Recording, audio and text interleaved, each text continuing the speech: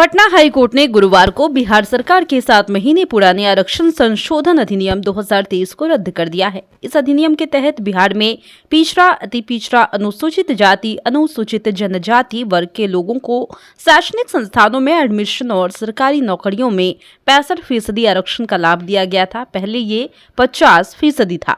Patna high court के chief justice के विनोद चंद्रन और हरीश कुमार की बेंच ने ये फैसला सुनाया है कि इस फैसले के बाद अब एक बार फिर से बिहार में आरक्षण का प्रावधान घटकर 50% पर आ गया है।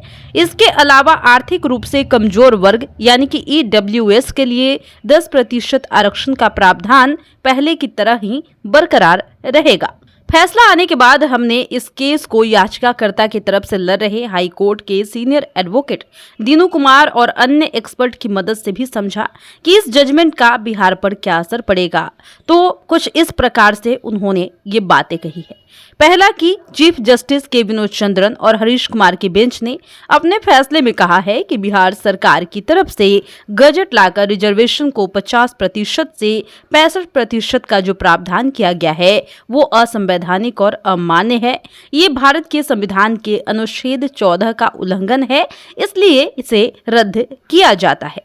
दूसरा है कि याचिकाकर्ता की तरफ से कहा गया कि जब सुप्रीम कोर्ट ने इंदिरा सहनी ने केस में स्पष्ट कर दिया है कि 50% से ज्यादा आरक्षण नहीं दे सकते हैं, तो एक्ट में संशोधन करके 50% से ज्यादा आरक्षण का प्रावधान किस आधार पर किया गया है, ये सुप्रीम कोर्ट के जजमेंट के विपरीत है।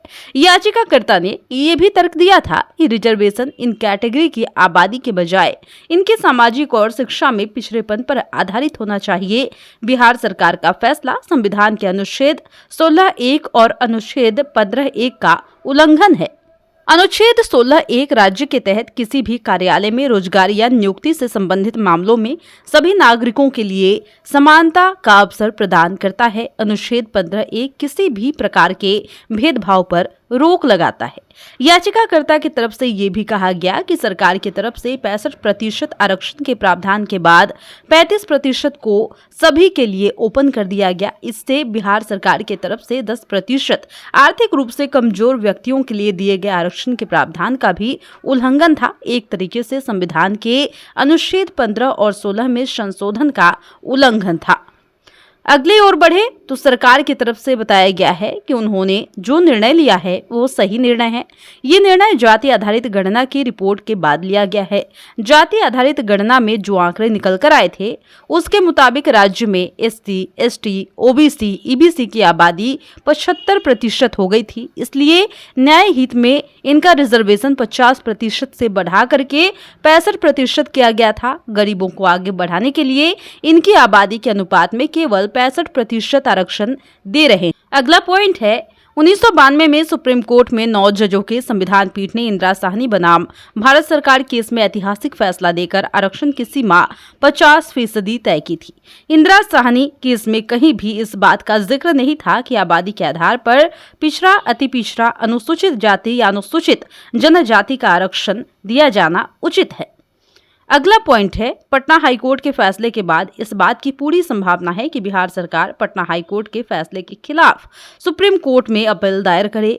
डिप्टी सीएम का बयान भी सामने आया है कि सरकार सुप्रीम कोर्ट जाएगी। इधर पूर्व डिप्टी सीएम कह रहे हैं कि सरकार आरक्षण विरोधी है, अगर वो नहीं होती तो फिर इस तरीके से फैसला नहीं सुनाती हम सुप्रीम कोर्ट। अगला पॉइंट है कि अब पहले से जिस तरह 50% आरक्षण का प्रावधान था वो पहले की तरह उसी तरीके से लागू रहेगा।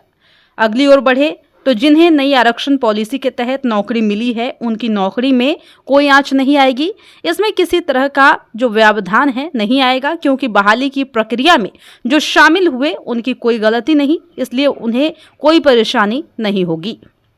अगले पॉइंट की तरफ बढ़े तो बिहार के अलावा केरला में 50% आरक्षण की बात कही जा रही है। वो भी मामला अभी कोर्ट में पेंडिंग है। केरल में 9वें शेड्यूल के तहत शामिल किया गया है। इस पर सुप्रीम कोर्ट जुडिशियल रिव्यू कर सकती है या नहीं कर सकती, इसको लेकर भी मैटर पेंडिंग है। इस संबंध में महाराष्ट्र, आंध्र, छत्तीसगढ़, ओडिशा और राजस्थान के फैसले पहले से ही पलट